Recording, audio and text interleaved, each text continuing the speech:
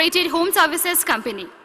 His entrepreneurial journey began with California Digital, where he led the creation of North America and Europe's fastest growing supercomputer, that is Thunder, in 2004. As a former chairman of TiE and current trustee of TiE Global Board, he has tirelessly advanced entrepreneurship in across 14 countries, also leading to earn the prestigious Karnataka Rajyotsava Day Award. Please, ladies and gentlemen, join me in welcoming the exceptional B.J. Arun on stage.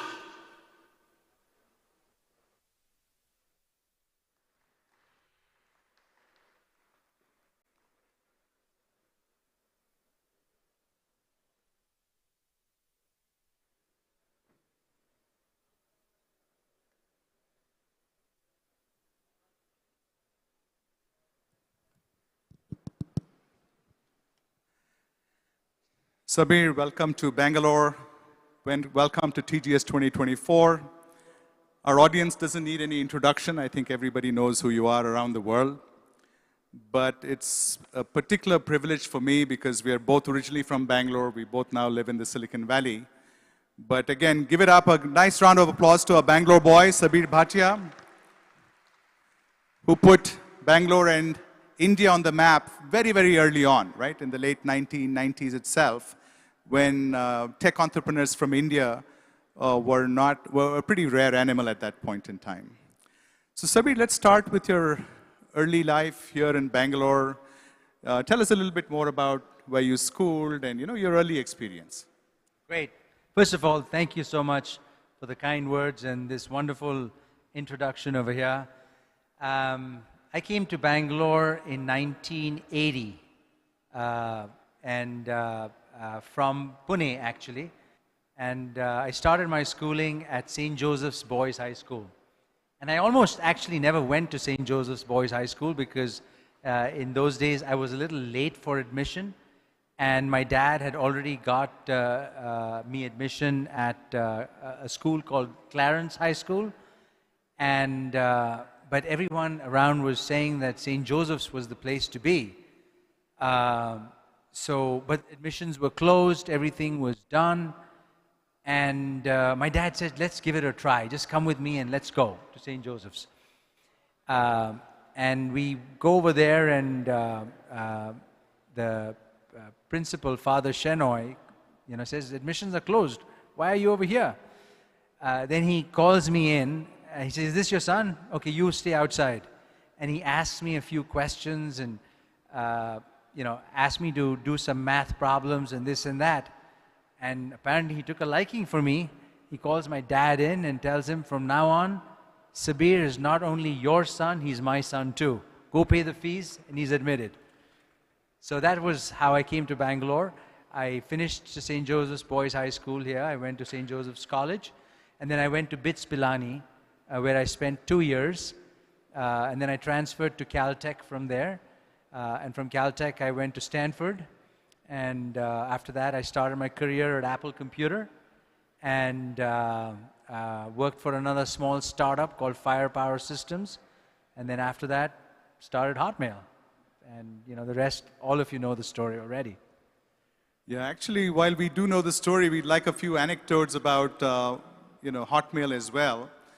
So, well, I guess there are a couple of lessons. One is, even with the St. Joseph's admission, it's perseverance, right? You don't give up just because, the date is closed. That's also a sign of an early entrepreneur. You just don't give up. You try, right? So whether it was dad or whatever, and these are the values we learn. When did you first start thinking like an entrepreneur? I mean, was it only at Hotmail, or were you thinking entrepreneurial all along? Tell us a little bit about that. Wonderful question. I actually went to Caltech to study electrical engineering, and I wanted to do my master's and PhD at Caltech. Luckily, my academic advisor told me to go and get a different education, so I came to Stanford. And at Stanford, I took a course called Business for Electrical Engineers. And during this course, we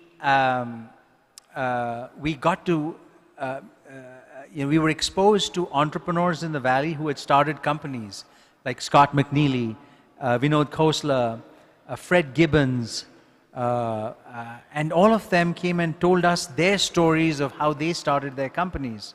That inspired me.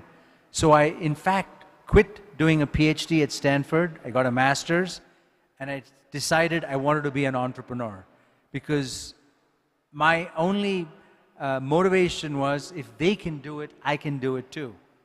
And that inspired me, and the rest is history. But that was my inspiration to becoming an entrepreneur. So, what made you even think of Hotmail, as a web-based email, right? Prior to that, we used to have servers with emails and all that. Why did you even think of? How did you even think of it? I mean, now everybody uses a Gmail, and we've all used to web mail, and we take it for granted. Back then, it was pretty, unique, right? So, how did that spark come in your head? So those were the early days of the web. And in the early days, I knew instinctively that the web was going to be big one day, like massive. I started playing around with ideas. And my first idea was to do a personal web-based database where you could store any kind of information on the web and retrieve it. Much like FileMaker Pro in the early days of Apple Computer. So I wrote a business plan for it, and we started developing that product with my partner, Jack Smith. And the company where we were working put a firewall around our corporate intranet. So we couldn't access our personal email accounts. I had a personal email account at stanford.edu, and he had a personal account at AOL. That's when it occurred to us, what if we made email available on the web? That would solve our problem. And then the next question was, okay, what does it cost? It didn't cost that much. Yahoo was, early in those days, was growing rapidly. It had gotten some funding, and it was going to be an advertising-driven platform. That's what inspired me to both of us actually, to just give it away for free and put email on the web, and that was the genesis of Hotmail. Now, fast forwarding to the exit with Microsoft, you were all of probably, 28, 29 years old, right? And unlike now, I think, a kid from India, a kid from Bangalore, having gone and even started a company was pretty unique, right? I mean, back, it was still pretty rare. What gave you the confidence, and I mean, how did you even negotiate the kind of exit you did, right? I mean, I know you're a likable guy. Father Shenoy found that early on and gave you admission. But how did Bill Gates end up giving you $400 million for the business? So is there a little bit of a story you can share about that? Yeah, so the first offer was $140 million, and they gave it to us in a conference room with 12 Microsoft negotiators on one side, and there were 3 of us from Hotmail, my partner Jack Smith, Steve Dowdy, and myself on the other side. And I was told, do not accept anything, don't counter it, don't show any facial movements, nothing. Just take the offer and come back. So Greg Maffei, when he gave us the offer, I just took it and said, thank you very much, very nice to know you. We will consider it, I'll take it back to the board. And he wanted to get a reaction. I didn't want to get into a negotiation at that point in time. So I took the deal, basically went back, shared it with the board and said, what do you think I should counteroffer? And some people said, I think we can go up to 250. That was, Doug Carlyle, who was on the board, went up to 250. He was already happy with 140, I could see. I mean, he had made an investment just a few months earlier, right? And he's looking at saying, I can 20x my return. I mean, this is great. Just do it. And then there was Tim Draper, who's like, don't accept anything less than $2 billion. I'm like, Tim, how can I go back and ask for $2 billion? That sounds like Tim, though. I'm like, it's just not conceivable. So I, came up with a number, and I thought, let me go higher end, So I was kind of saying, I want to make $1 billion company, but then I'll have to go through dilution in the future, IPO process, fees to all the people, underwriters. So I'd go with 750. Around that. Of course, a company with 0 revenue, 750 million, and my bank balance was $5,000. But it was just a number. So I went and gave that number out to Greg Maffei. He blew his top off. He's like, this is insane. Are you mad? 750 million for a company which has zero revenues and nothing? I'm like, but look at the future potential. And we started, comparing each subscriber to a cable subscriber. Who cares? Internet, cable, one and the same thing. Actually, instinctively, that was the right one to do. So we went back and forth, and at one point they came back with 350, and I turned that down. And my parents went bananas. They went crazy. You turned down 350 million? What's wrong with you? But then a week later, Greg Maffei came back with 450, and we kind of agreed to split it halfway. Now Meet halfway. That 1 week between the 350 and when you finally closed at 400, you must have been sweating bullets, right? Because what if they hadn't come back? Exactly. Everyone in my company deserted me. All the employees, not the board members, but the employees, my partner, my parents. They're like, what's wrong with you? You know how much money that is? I can't even put it on a calculator in rupees in those days. But I had some, so I would, stared at the ceiling of my small, tiny apartment in San Francisco. I wondered if I'd made the biggest mistake of my life. And luckily, a week later, Greg Maffei called, and it was just him and me. No lawyers, nothing. Picked up the phone, and he says, you know what, 450 that you're asking for is a little rich. How about we meet halfway? Done. Right now, done. Let's do it. That's phenomenal. That's phenomenal. But now, again, we have lots of young people in the audience, thousands of them watching online as well. Was that the ignorance of youth? Sort of the brashness saying that, hey, 350 million, I'm going to turn it down. And I'm just curious, now that you're older and wiser, if you had to do that negotiation all over again, would you have the courage to walk away from 350 and say, nope? Absolutely, 100%. And this is called the gut instinct of an entrepreneur. And I'll tell you something. I'm going to let you in on a secret. I'm working on a technology which I know the moment we come out with, in a matter of a few months, people will offer us billions of dollars. And I'm going to walk away because I think the potential of that technology is to reach the trillions. You know it. It's in your gut. Because you think, how big can this market be? There was no stopping the growth of Hotmail. It was on a phenomenal growth curve. And even if Microsoft had decided to do this on their own and started a year or two later, we would have already had a 10 million, 20 million user lead. That's what happens in the technology space. It is a winner take all.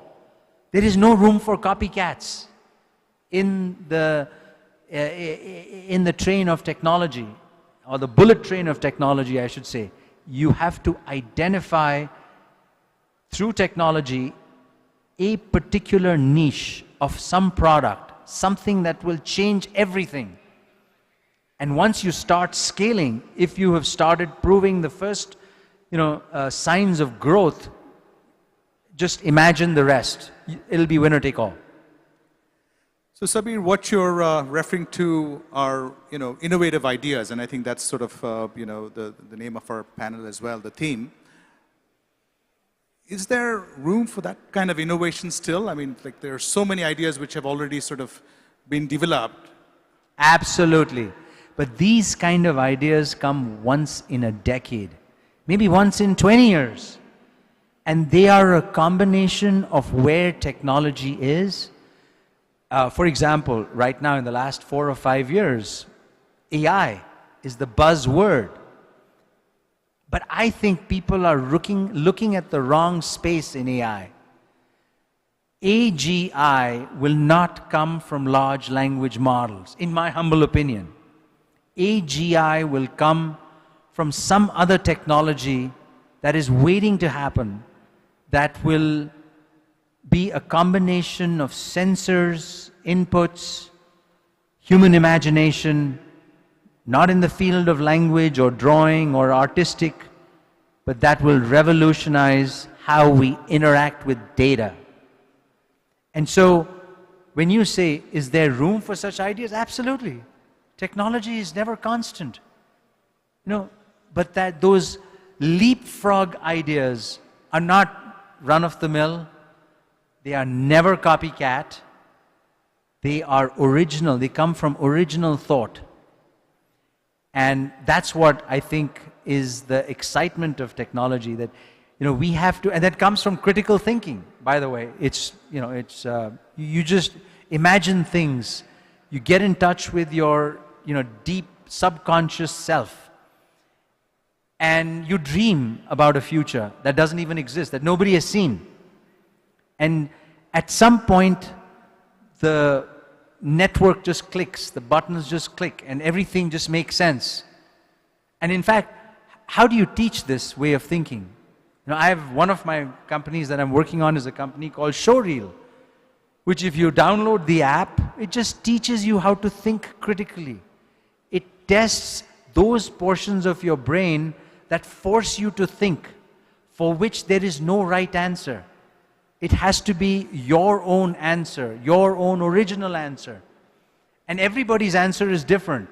The question is the same, but every individual's answer is different. That is called critical thinking. If we unleash the critical thinking ability in a country like India of 1+ billion people, my God, India will rule the world in technology. Every future technology will come from here. But we have to unleash that way of thinking. And it is not formal education, it's not rote learning, it's not regurgitation, it's not repetition, it's original thought. I'll just stop there. So Sabeer, one sort of trend is lots of young people are starting to become entrepreneurs, either straight out of college or sometimes even during, or like trying to sort of drop out and do stuff. Can this kind of innovation or sort of critical thinking come without real world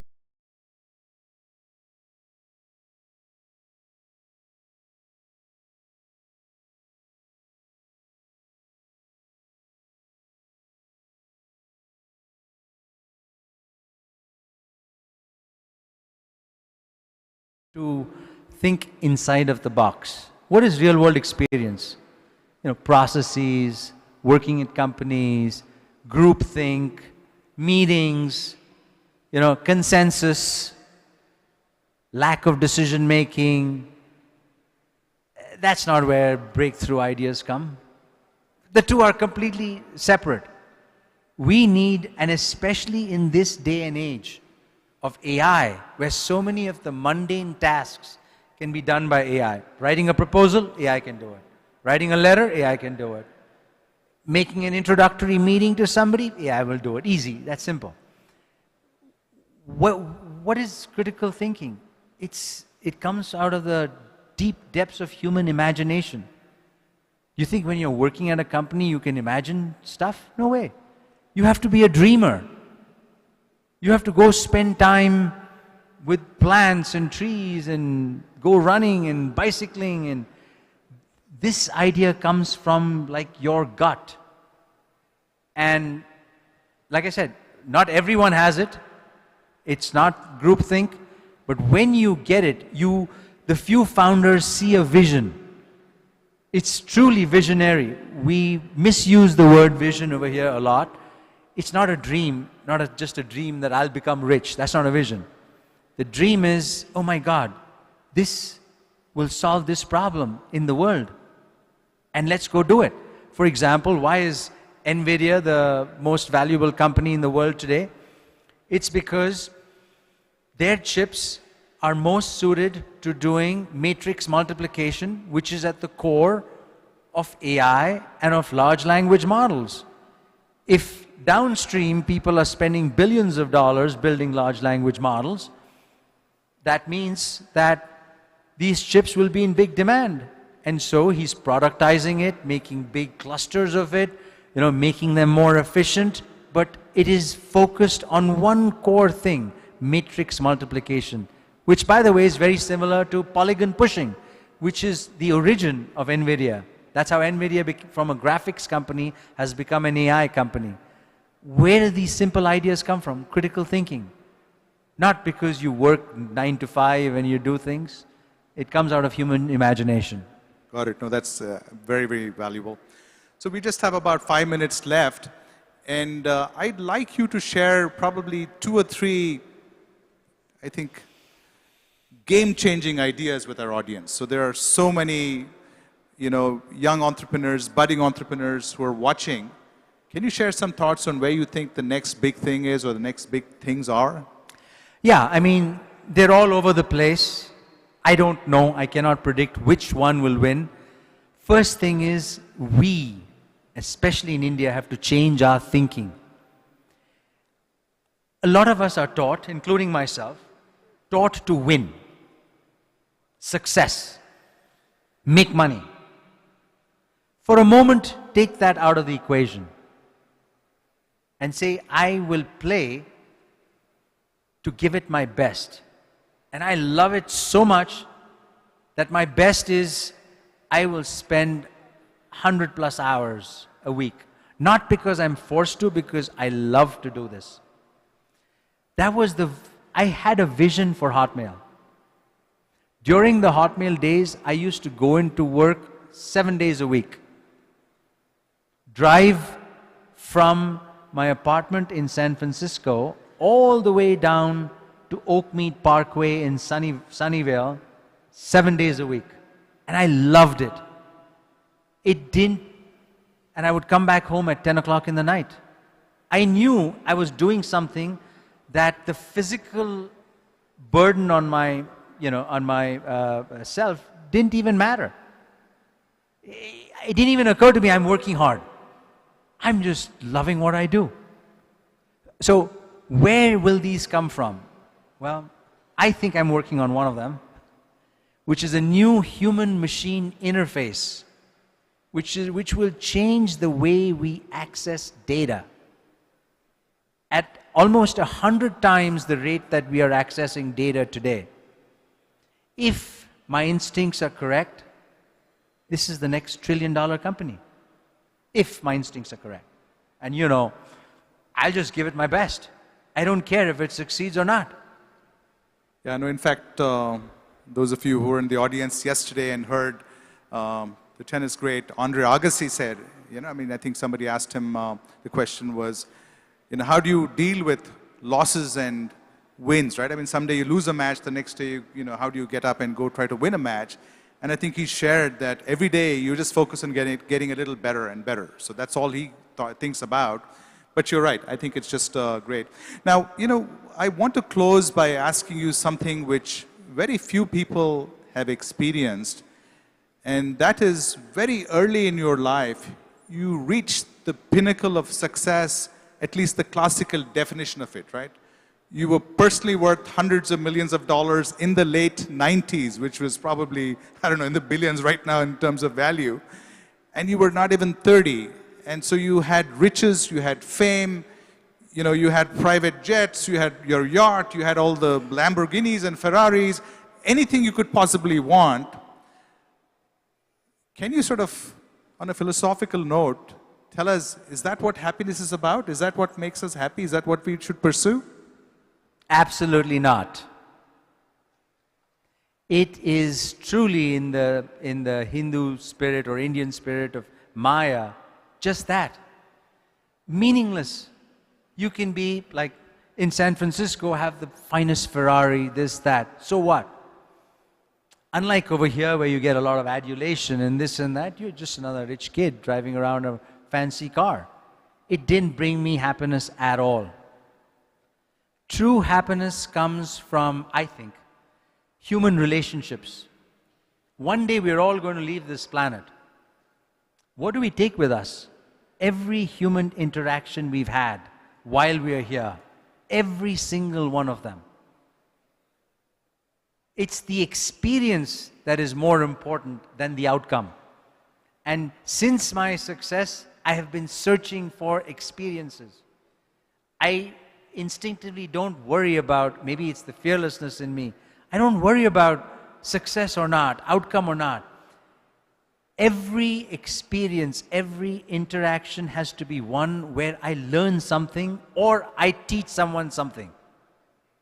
If you look at life that way, my God, every day is a new beginning, a new set of experiences, and a new day that will enlighten you at the end of the day. So referring to the U2 song, which says, I still haven't found what I'm looking for, in your case, Sabeer, have you found happiness?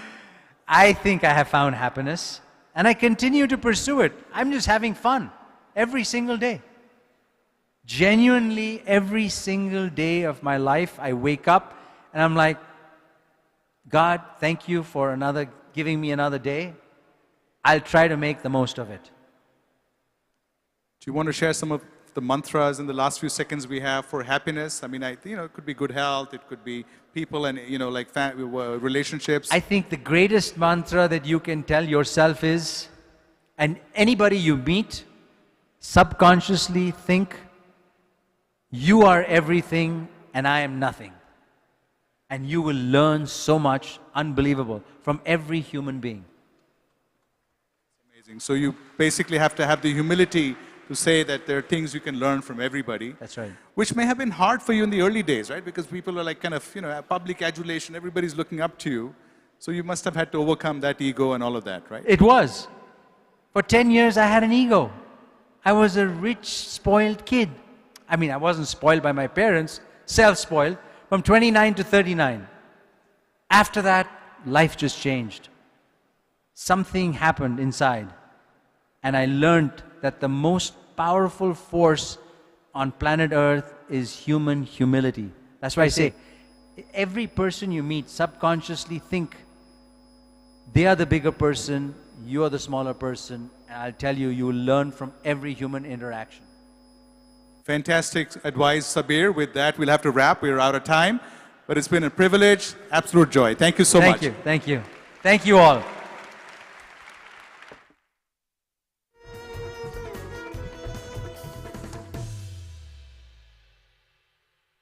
Applause for Mr. Sabeer Bhatia.